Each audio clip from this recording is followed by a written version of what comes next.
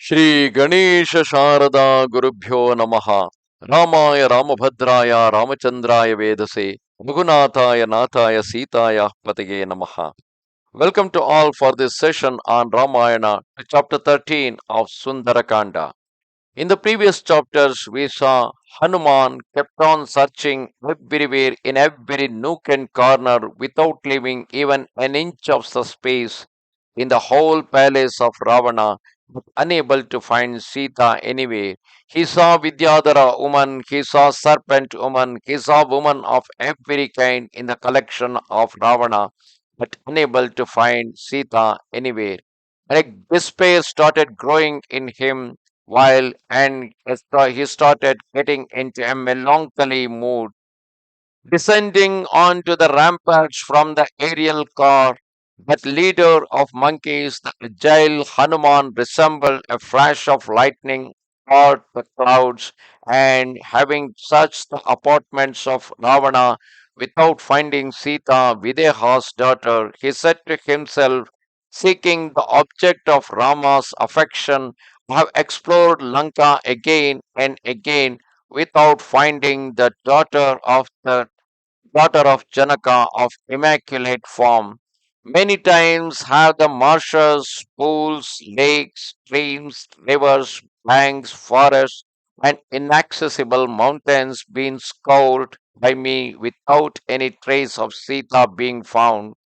The king of the vultures, Sampati, affirmed that Sita was in Ravana's palace, and I do not see her there.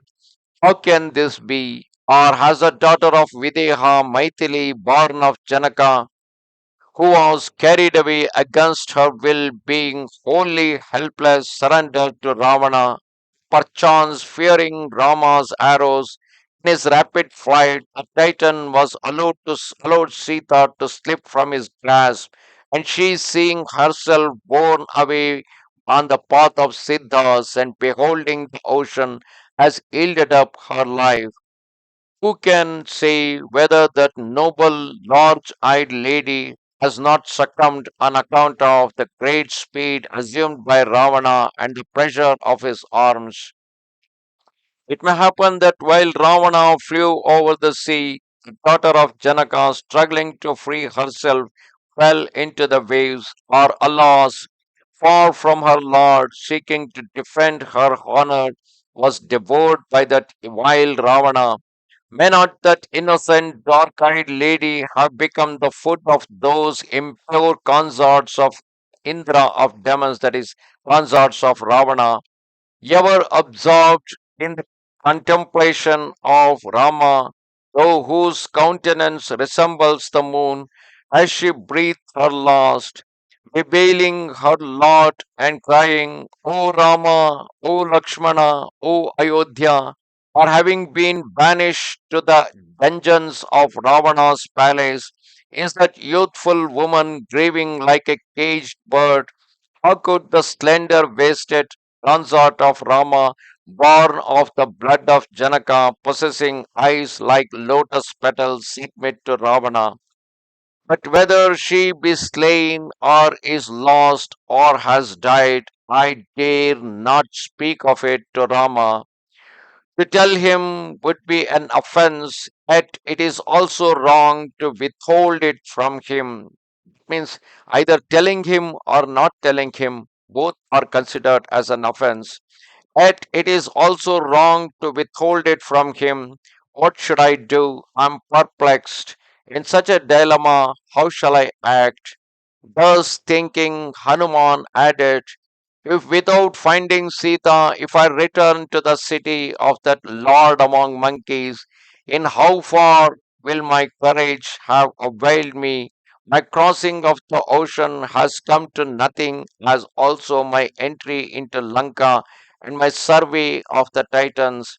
When I come to Kishkinda, what will Sugriva and the assembled monkeys say to me? Are those twin sons of Dasharatha? If I approach Kakusta with these fatal tidings, saying, I have not found Sita, he will give up his life. Hearing these cruel, terrible, heart-rending, and barbarous words, he will not survive. And when his mind has been withdrawn into the five elements, the sagacious Lakshmana, deeply attached to Rama, will also cease to exist. Then, hearing that his two brothers are dead, Bharata will yield up his life, and Shatrughna will renounce his existence also. Beholding their sons dead, their mothers Kausalya, Sumitra, and Kaikeyi will undoubtedly surrender their lives, and seeing Rama's plight, his grateful and loyal friend Sugriva will give up his life. Then the grief-stricken Ruma, wife of Sugriva, distracted and encrusted and crushed with sorrow, will perish on account of her lord. And the queen Tara, already inconsolable on account of Wally's end, worn out by suffering, will be unable to continue living.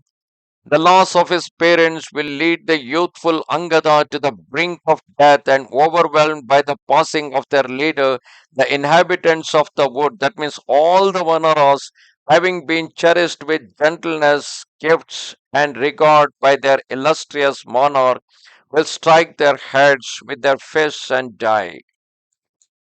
Henceforth, those foremost of monkeys will no longer assemble to disport themselves in the woods among the rocks and caves, but with their sons, wives, and servants, in despair on account of their master's death, will hurl themselves from the height of the rocks into the abysses and chasms, and they will take poison or hang themselves to enter the fire or fast to death or fall on their own weapons. It is certain that a great calamity will follow my return, and the house of Ikshvaku and the inhabitants of forest, that is all Vanaras, will meet with destruction. But if I do not return, those two virtuous and great warriors, as also the swift footed monkeys, will continue to live in the hope of receiving tidings of Sita. And I, not having found Sita, shall exist by that which falls to my lot, living a life of privation and subsisting on fruit and roots in the forest. Preparing a funeral pyre on the shores of the sea, in a place abounding in roots, fruits, and water, I shall enter the flames or allow myself to die of hunger, and without fail offer my emaciated frame as food for the birds and beasts of prey. In my belief, this is the death the sages envisage for themselves. Either I must find Janaki or enter the sea. My bright garlands of glory, so nobly plaited and begot of courageous acts, has perished because I have not been able to find Sita. I shall therefore become an ascetic living under the trees, but return I will not without having seen that dark eyed damsel. If I go back without finding Sita, neither Angada nor other monkeys will survive.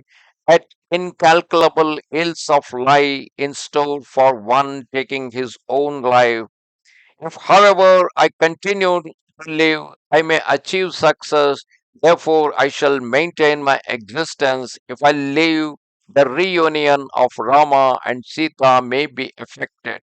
So, Hanuman is in no hurry to find Sita immediately, and he is challenging himself that unless and until he finds Sita, he will continue to remain on this island, because enemy Sampati had told that Sita is certainly held in captive with Ravana. So instead of going back to meet his friends who would fall in despair because they find Sita nowhere and the time is also past. So instead of putting everybody in problem, it is better let me face the problem and remain here in the island till the day I find Sita.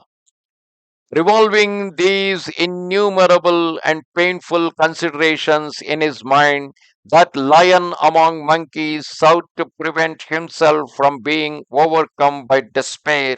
Summoning up all his courage, that mighty monkey said to himself, I shall slay Dashagriva, the terrible Ravana, and thus avenge the abduction of Sita.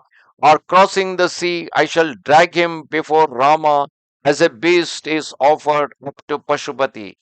So that way, his wrath is now turning against Ravana, reflecting thus that monkey who was filled with anxiety and grief, not having been able to find Sita, thought, so long as I do not find the illustrious consort of Rama, I shall not cease from searching the city of Lanka on every side.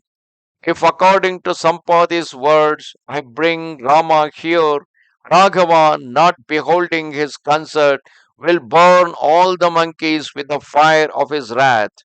Even in case if he doesn't able to find Sita, without finding the presence of Sita in the island, if he goes back and brings Raghava, and if he also doesn't find Sita, his wrath will turn against all the Vanaras and he will go into burn all the Vanaras. Therefore, I shall stay here, living a life of abstinence with my senses under control, lest let all men and monkeys perish through my fault. Instead of allowing all the men of Ikshvaku dynasty and the Vanaras following Sugriva to die, it is better let me remain here in this island itself till the day I find Sita, so that at least the people on the other side of the shore will remain in the anticipation one day the Hanuman would return looking for Sita. And the time do not lag so much for him because within 24 hours this whole Sundarakanda will come to an end and Hanuman would see Sita and return back to the other side of the shore. Here is a great Ashoka Grove containing huge trees which has not yet been touched by me. Having paid reverence to the Vasus, the Rudras, the Adityas, the Ashwins, and the Maruts, in order to increase the torment of the Titans, I shall enter it. Having vanquished the demons, I shall restore the divine Sita, the delight of the house of Ikshvaku to Rama, as the fruit of austerity is bestowed on an ascetic. So all of a sudden, he saw an Ashoka grove which was not yet explored by him. And immediately, like people, whenever they are in despair, they will be keep on trying on their own. But the moment when they get into the despair, they will start remembering all varieties of gods. So Hanuman is also paying his reverence to many gods. In fact, that only enhances the courage of an individual. God's courtesy is always the compassion of the God is always on the humans. It requires humans to remember Him so that they will muster more courage in themselves. Having thus reflected for a space, the mighty offspring of the wind god suddenly rose and said, Salutations to Rama, accompanied by Lakshmana and Anila. Salutations to Chandra, Agni, and the Maruts.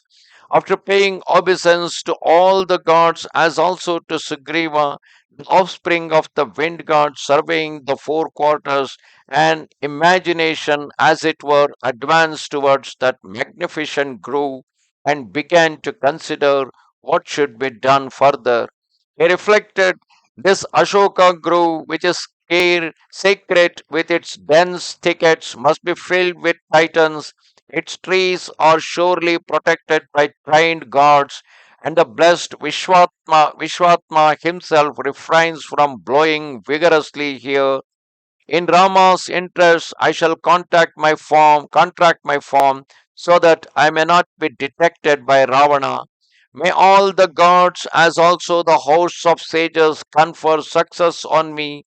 May Swayambhu, the celestial beings, as also the ascetics, god of fire, the god of wind, bearer of the thunderbolt, Varuna, the moon and the sun, the high souled Ashwins, and all the Maruts grant me success. May all beings and the Lord of all beings, and also unknown who are met with on the way, confer success on me. When shall I Behold that noble and irreproachable queen with her arched nose, pearly teeth, sweet smile, and eyes resembling lotus petals, bright as the king of the stars. Oh, when shall I find her? Oh, how will that frail and virtuous one, ruthlessly borne away by that wicked and vile wretch, the scourge of human beings, who masks his savagery under an alluring disguise, disclose herself to me? Thus ended chapter 13 of Sundara Kanda in Ramayana. Namaste Sharada Devi, Kashmira Puramasini, Twamaham Prarthaye Nityam, Vidya Danancha Dehime. Goodbye.